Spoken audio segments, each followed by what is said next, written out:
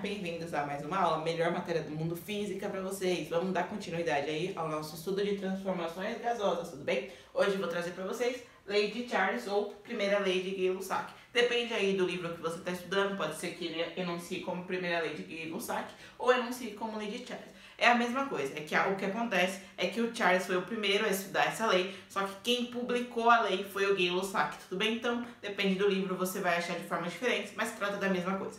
Seguinte, na lei de Charles agora a gente vai estudar uma situação no qual o volume do gás é diretamente proporcional à temperatura, deixando a pressão constante. Então pensa comigo, a gente está estudando gases. Até agora a gente viu que eles têm três variáveis, tudo bem? Pressão, volume e temperatura. O que a gente está vendo agora é em situações em que uma delas está constante. Na aula anterior a gente viu que a temperatura estava constante, a gente chamava isso de isotérmica.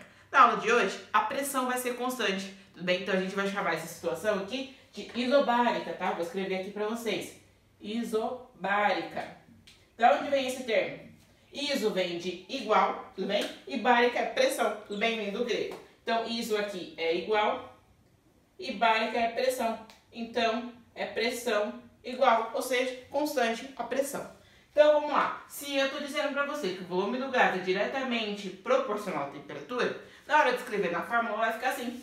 Volume dividido pela temperatura vai gerar uma constante, tudo bem? Eles são diretamente proporcionais, tranquilo? Agora, isso aqui é para uma situação de um único gás. E se eu estou pensando na situação de estudo físico, onde eu tenho uma situação inicial para o gás e uma situação final para o gás? Vai ficar desse jeito aqui, ó. Volume inicial sobre a temperatura inicial vai ser igual ao volume final sobre a temperatura final, também gerando uma constante. Tudo bem? Um exemplo que você pode fazer até na sua casa é com a bexiga, tá? Se você pega uma bexiga e aquece ela, aquece o ar lá dentro, ela vai expandir. Se você, por acaso, coloca ela num lugar gelado, ou seja, pega uma bacia com gelo, coloca a bexiga lá dentro, ela vai diminuir o volume. Tudo bem? Vou colocar aqui pra vocês uma foto de como ficaria. Tranquilo? Ficaria assim, então. A bexiga, quando está sendo aquecida, ocupa um volume maior. Quando ela é resfriada, ocupa um volume menor, tudo bem? Tá vendo então que se eu aumento o volume, aumenta a temperatura. Se eu aumento a temperatura, aumenta o volume. Agora, se eu diminuir a temperatura, diminui o volume. Se eu diminuir o volume, diminui a temperatura. Eles são diretamente proporcionais. Tranquilo? Vou apagar aqui rapidinho, vou trazer o gráfico para vocês.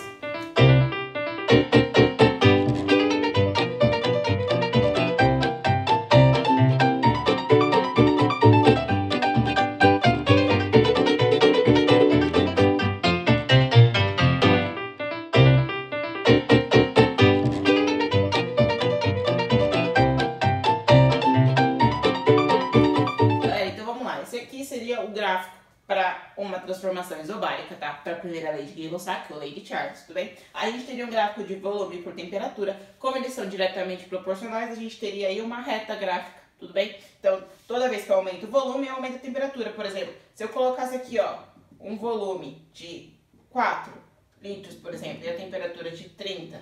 Se eu quisesse colocar, por exemplo, um volume de 5 litros, a temperatura também iria aumentar, por exemplo, para 35 graus.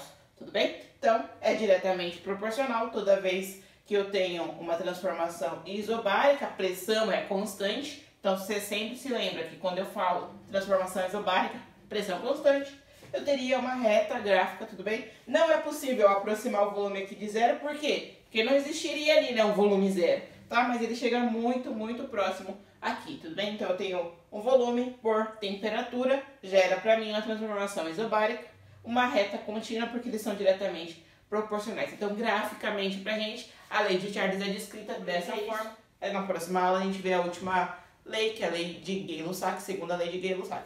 Beijos, até mais!